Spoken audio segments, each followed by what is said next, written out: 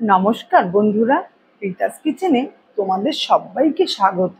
আজকে আমি বানাবো ডাঁটা চচ্চড়ি। এই ডাঁটা চচ্চড়িটা তোমরা সবাই কম বেশি খেয়ে থাকো। আমি কিভাবে বানাচ্ছি চলো আমরা দেখব। আমার রান্নাটা যদি তোমাদের ভালো লেগে থাকে তাহলে আমার চ্যানেলে সাবস্ক্রাইব করার অনুরোধ রইল। লাইক করো, একটা কমেন্ট শেয়ার করো বন্ধুদের সাথে। প্রথমে আমি নিয়ে নিয়েছি 500 গ্রাম ডাঁটা। ডাঁটাটা আমি এইভাবে ছোট ছোট করে কেটে নিয়েছি।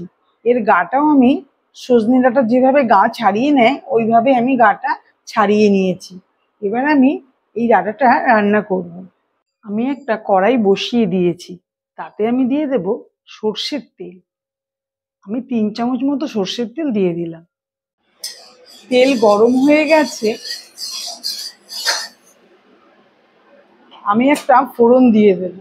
আমি নিয়েছি তেজপাতা, শুকনো লঙ্কা আর কালো জিরে 1/2 চামচ।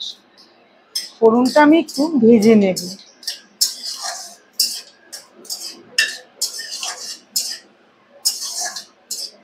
ফোড়নটা ভাজা হয়ে গেছে, আমি এবার ডাঁটাগুলো এর ভেতর দিয়ে দেব।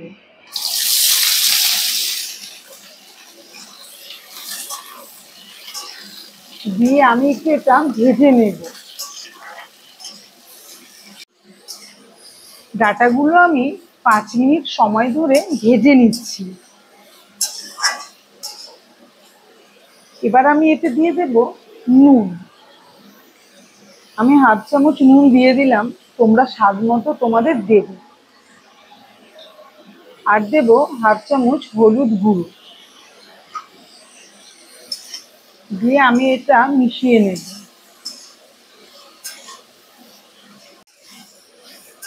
নুন আর হলুদ দিয়ে আমি কিছুক্ষণ ভেজে নিলাম। এবার আমি এতে গরম জল দিয়ে দেব। আমি গরম জল বানিয়ে রেখেছি, আমি গরম জল দিয়ে দিলাম ডাঁটাটা সেদ্ধ হবার জন্য। এবার আমি একটু ঢেকে দেব। 5 মিনিট থেকে 6 মিনিট অবধি আমি এটা সেদ্ধ করে নেব। ডাঁটাগুলো সেদ্ধ হতে হতে আমি একটা পেস্ট বানিয়ে নেব। আমি 2 চামচ পোস্ত দিয়ে দিলাম আর দিয়ে দেব 2 চামচ কালো সর্ষে। প্রথমে আমি এর একটা মিহি পেস্ট বানিয়ে নেব। এটা আমি একটু গুঁড়ো করে নিয়েছি। এবার আমি এতে দিয়ে দেব 2টো কাঁচা লঙ্কা। তোমরা তোমাদের স্বাদ অনুযায়ী কাঁচা লঙ্কা দেবে। আর দিয়ে দেব সামান্য পরিমাণে জল। এবার আমি এর একটা মিহি পেস্ট বানিয়ে নেব। 6 মিনিট বাদে আমি ঢাকনাটা খুলছি। আমার ডাঁটাগুলো সেদ্ধ হয়ে গেছে। আমি এবার এতে দিয়ে দেব 1/2 চামচ লঙ্কার গুঁড়ো। লাল লঙ্কার গুঁড়ো আমি দিলাম। আর দেব আমি যে পোস্ত আর সর্ষেটা বেটে রেখেছিলাম সেটা আমি দিয়ে দিলাম। দিয়ে আমি মিশিয়ে নিচ্ছি।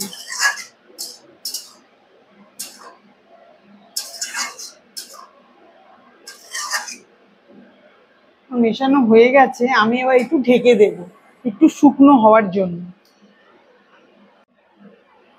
আমি 2 মিনিট বাদে ঢাকনাটা খুলছি। দেখো শুকিয়ে গেছে অনেকটা, আর একটু জল জল আছে, এটাও শুকিয়ে যাবে। আমি একটু চিনি মিশিয়ে দেবো এর ভেতরে। আমি 1 চামচ চিনি দিয়ে দিলাম।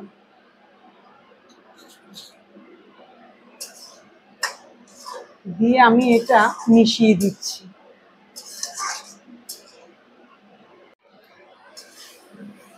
দেখো আমার ডাঁটাটা রান্না হয়ে গেছে। ডাঁটাটা একদম শুকিয়ে গেছে। এইরকম ভাবে শুকনো শুকনো করেই ডাঁটা চচ্চড়িটা তোমরা করবে, এটা খেতে কিন্তু খুবই ভালো হয়। আমি এটা এবার সার্ভ করে দেবো।